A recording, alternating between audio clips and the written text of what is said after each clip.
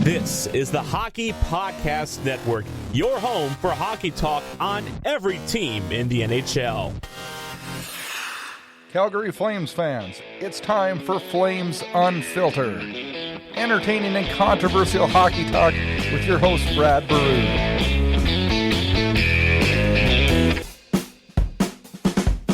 Flames finally done with a long roadie. 5 out of 10 points. I don't know, not too bad, huh?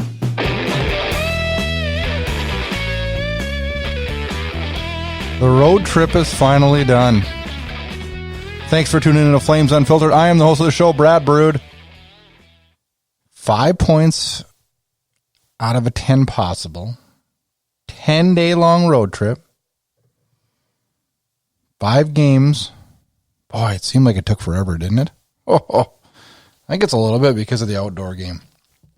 Just the hype, having to be in Regina.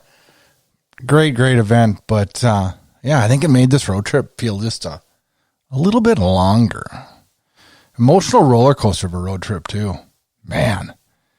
Get down to all-time lows for the season. You lose an OT in Regina at the Outdoor Heritage Classic, and I thought they actually played really good in that game. And then you just totally just get behind the 8 ball in Nashville, and then you figure out a way to come back, and Tkachuk's magical goal. Then you go into Columbus, and I don't know, I don't think it was one of the greatest performances, but then you have the Lucic sucker punch. And then tonight, you wrap it up in D.C. I don't know, not that bad of a game, not great of a game. You lose 4-2. I don't know. I guess I didn't take too much negative out of it, except for maybe a little bit of the defensive core, and we'll talk a little bit more of that later in the show. Boy, I'm glad to be done with this road trip, though. 4 at home coming up. It's going to be great. Hey, the Hockey Podcast Network. Oh, they have got some exciting news. They have just announced that former NHL player Terry Ryan, who you've heard on Spit and Chicklets, has joined the network. He's going to have a weekly show called Tales of the TR, a hockey podcast. Check it out in the near future. We are so glad to have him on board with the Hockey Podcast Network.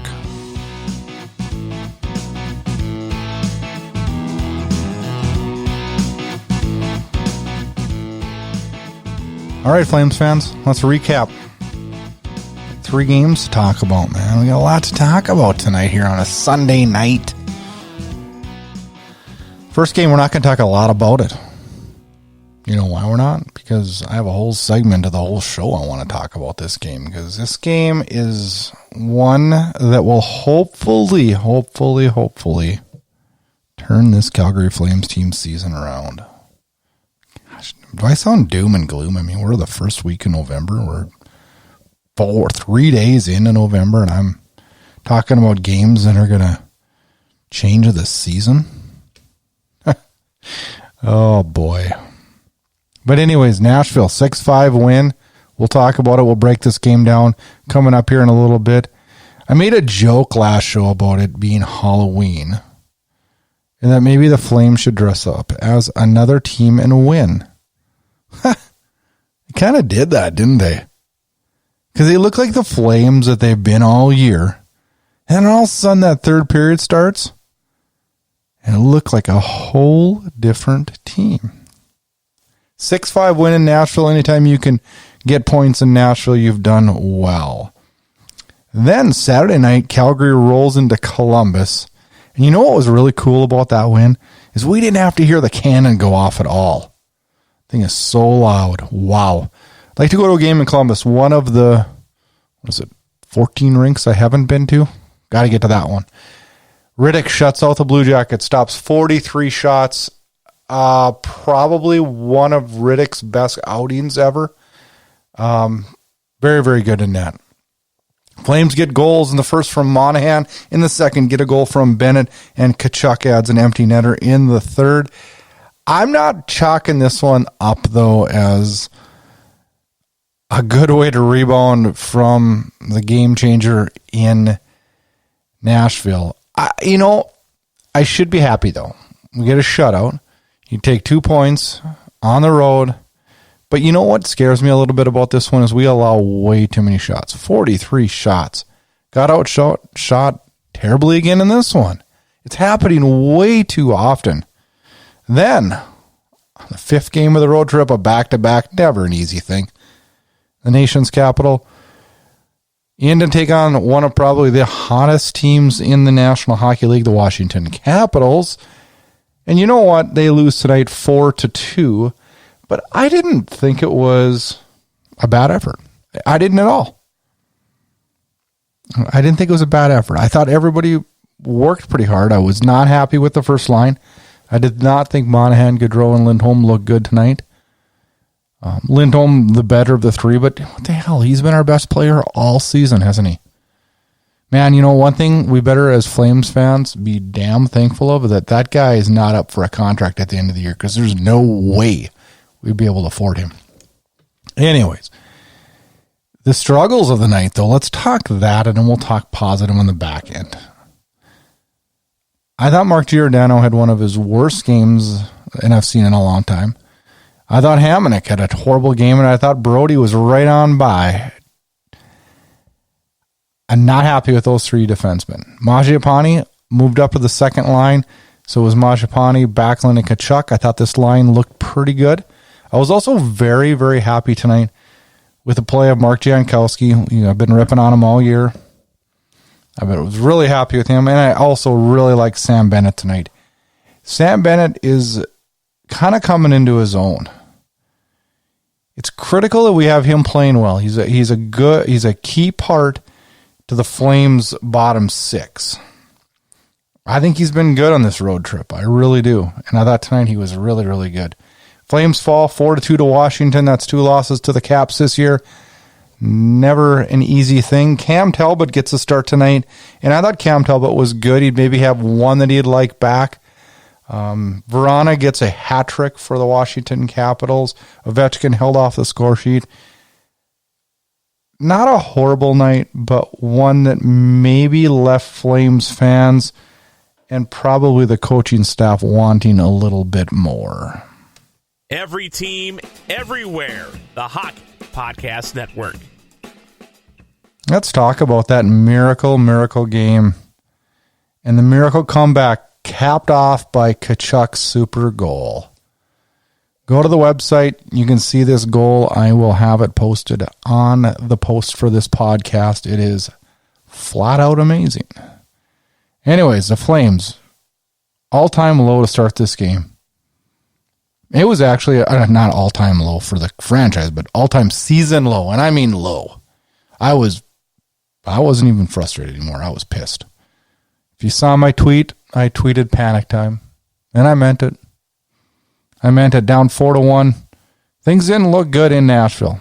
That's not a score you're coming back from in Nashville. Outshot 14-0 to start the game. How the hell does that happen? How does that happen?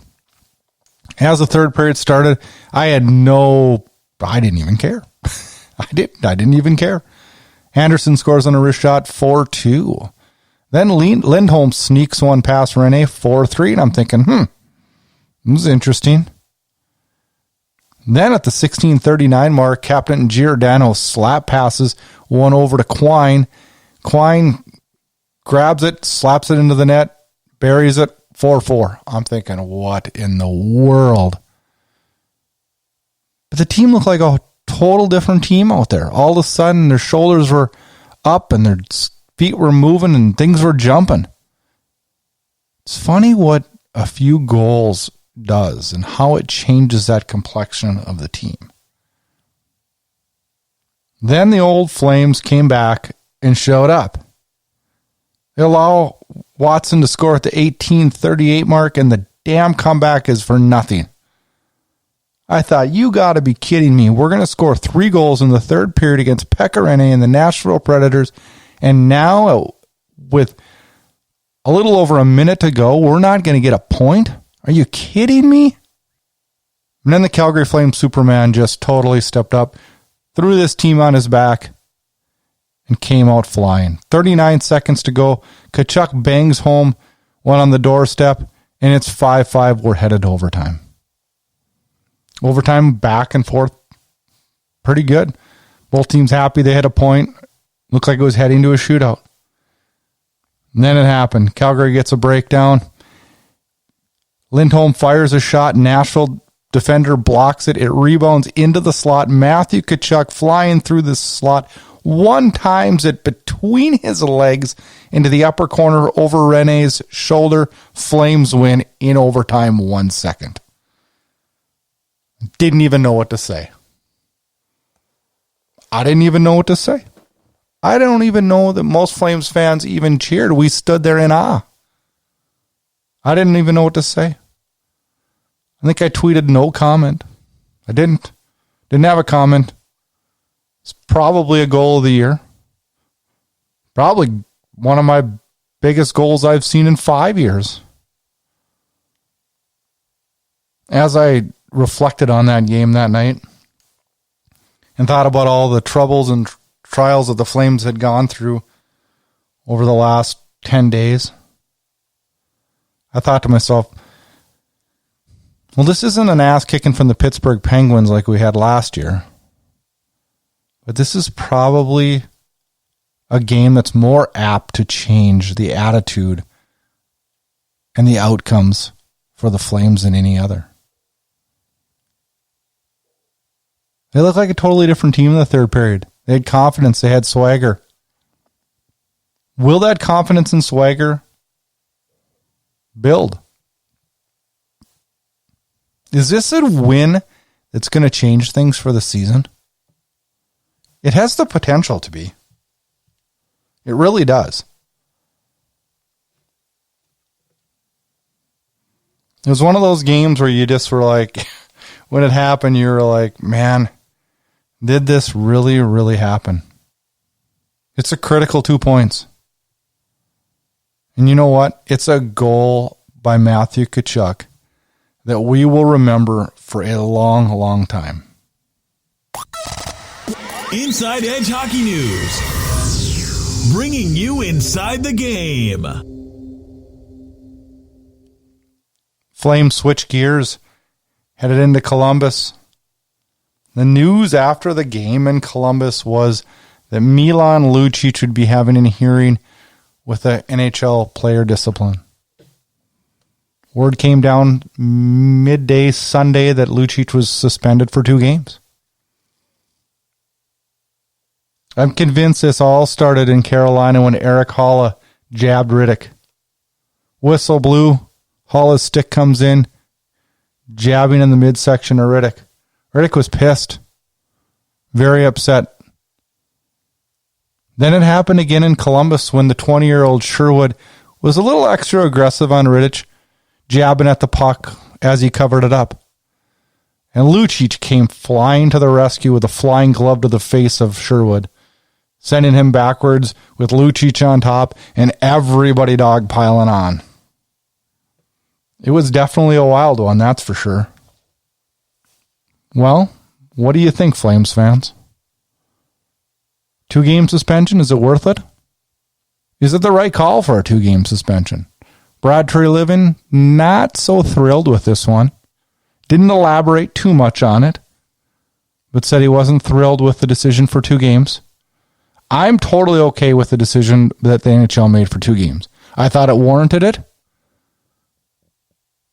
I thought Lucic had it coming.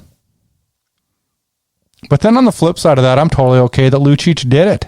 I actually liked it.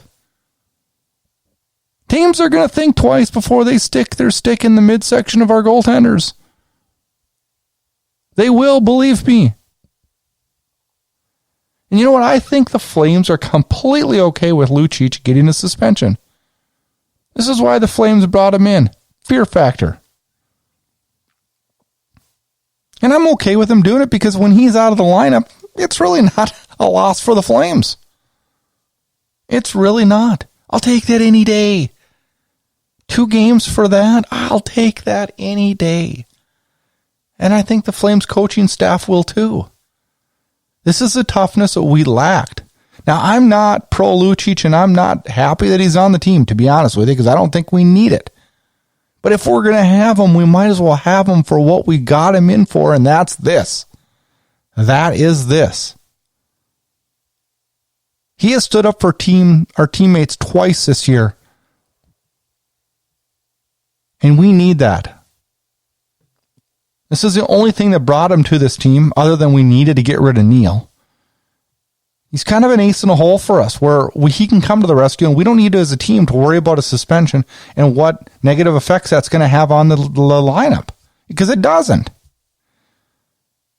This is what the Flames need and want. Some Flames news. Key stat that I just saw today as I was browsing through some Flames stuff. Plus minus. How many are you aware that TJ Brodie leads the team with a +5 plus minus? He gets ripped on as much as any player in this organization. Some warranted, some not. But he leads the team with +5. So who do you think our worst is? Michael Frolik. Yeah. Michael Frolik. -9. Interesting. I thought that was an interesting stat today. Some big news. The Hockey Podcast Network and Flames Unfiltered are very, very excited to announce a partnership with Gong Show Hockey Apparel. Check out their website, do a little shopping, and look for some special free items given out from Gong Show on Flames Unfiltered. Every team, everywhere. The Hockey Podcast Network. Harvey's Doghouse, something we talk about every Sunday night on the show. And this week, I kind of feel guilty doing it. I kind of feel guilty, but it is what it is, and he has actually kind of earned a week in the doghouse, and that's Captain Mark Giordano. It just looks like Giordano is just trying to do too much out there. He's had a couple of bad pinches in the Sunday night game against Washington that directly resulted in goals. It just seems like he's pushing too hard to take the game into his own hands. Just trying to do a little bit too much. You know, Giordano was so critical to the Flames' success last year. He wins a Norris Trophy, and I feel like this year he's trying to play up to that Norris Trophy attitude type thing. Lucic has never been a guy I thought of as, he's always been kind of underrated as a defenseman in the league. And last year just has a year that just nobody could ignore. You couldn't ignore it. So he wins the Norris Trophy. And this year he comes out, we're expecting, I guess not a drop off. What is he, 34, 35 right now? Probably in the best shape of the team. But I think he's just pushing a little too hard. And I think we saw a couple things tonight where he just got into the offensive zone on a pinch and just didn't get back. 2-on-1s go the other way. And just not a good situation. Hopefully he can just relax a little bit, get back on his game. He's critical to this team's success. I feel guilty putting Mark Giordano in Harvey's doghouse, but had to do it. Gio's been struggling a little bit as of late, and hopefully he can turn that around. Fan question. This one comes from Flames Jake. Received it via Twitter. And his question is Riddick good enough to be the starting goalie for the Flames this year? I think it's absolutely is. I think that's what he's doing right now. Riddick has started 13 of 17 games for the Flames. He's got a 2.79 goals against average, a .915 save percentage. And I know a lot of people will say, hey, wait a second, that 915 isn't very high up in the National Hockey League. But I believe that if Riddick keeps that .915, this Flames team will make the playoffs. He's 7-4-2. He's got 4 losses. 2 of them were not his fault at all. He had great nights. Flames gave him no offense. You laid an egg in Vegas with a stinker that night. But beyond that, I can't really look at a lot of nights and say, man, if we would have had goaltending tonight, we would have won. If anything, goaltending's probably been the Flames' brightest spot of this whole entire year. Riddick has been good. Riddick has been exactly what we asked for this year from the get-go.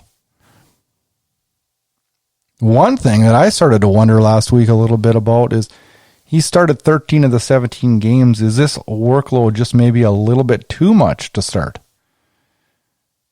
I think Cam Talbot's been fine. Cam Talbot's kind of been thrown to the wolves. He's had to go against Washington twice, which is never an easy task. I didn't think that in Sunday night's game that Talbot was the reason we lost or anything. I think he maybe would like to have one of them back, where he went down just a little bit early. I think it was in the second goal. But as a whole, I think Talbot's been fine.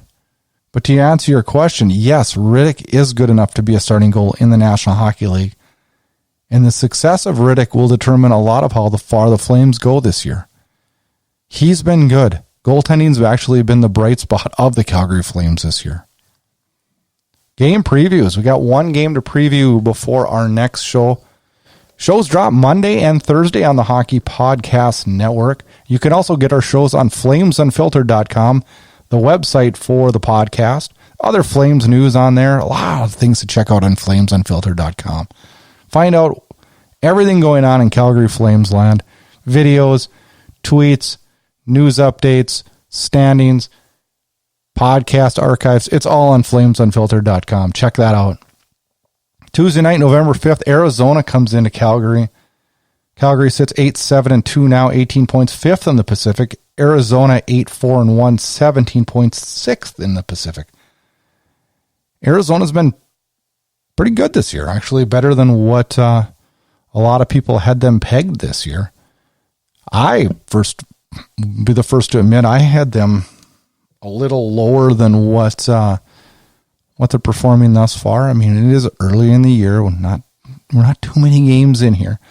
But one thing that's really impressing me about Arizona this year is that they are second in goals allowed per game with 2.15. You're going to win a lot of hockey games when you're allowing 2.15 goals. Darcy Kemper's a reason for that. This guy is off the charts this year. A 1.67 goals against average. I mean, holy cow. That is top notch. He's done everything right this year. I mean, he is 9.942 save percentage, 6 wins, 3 losses, 1 shutout. Kemper's been good. He's been getting timely scoring, which has helped Arizona get to 8 wins. They are definitely overachieving this year, and I'm interested to see how this team looks coming into Calgary on Tuesday night. Players to watch. Clayton Keller is my player for Arizona. The reason I got him down is that he's just got 1 goal in 13 games thus far. That's way off Clayton Keller's pace. He's actually had some really good nights in the past couple of years against the Flames, so we'll definitely watch and see how the Flames can control him. For Calgary player to watch, Johnny Gaudreau. Seems like he's coming out of a slump. I think he's been moving his feet a little bit better. Things have been looking a little bit better for him. He's still marred with some bad luck. Tonight he had a point-blank one-timer on the power play late in the game, and his stick snaps. Oh, you can just see the frustration. Now, I'm probably the most critical guy you'll ever find on Johnny Gaudreau. He really, really upset me in the playoffs last year, and I've been hard on him all this year, but I have seen improvements here over the last week. I think as this road trip progressed, I think he got better. And hopefully he can continue that and keep going as the season goes, because we need Johnny Gaudreau going. The Flames need that top line to go. The road trip is done. Home for 4 now. Now we're in November. It's time to start getting points. The Flames cannot afford to let points slip away like we have early in the season. It's time to win some hockey games, Flames.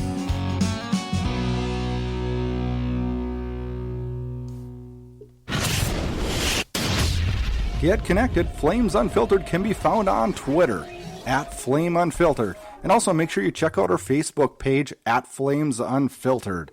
Check out host Brad Brood on Twitter @BradBrood. And if you like what you hear, rate and review us on Apple Podcasts. You can find Flames Unfiltered on all the major podcast players. Consider subscribing to Inside Edge Hockey News on Patreon. That'll get you exclusive content and much more. Thanks again and enjoy the hockey.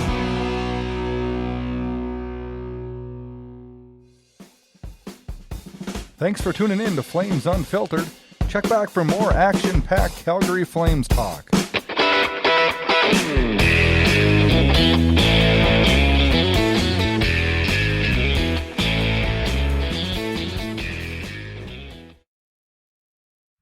You're listening to the Hockey Podcast Network on Twitter @HockeyPodNet. New episodes every Monday and Thursday. Download at thehockeypodcastnetwork.com or wherever you get your podcasts from.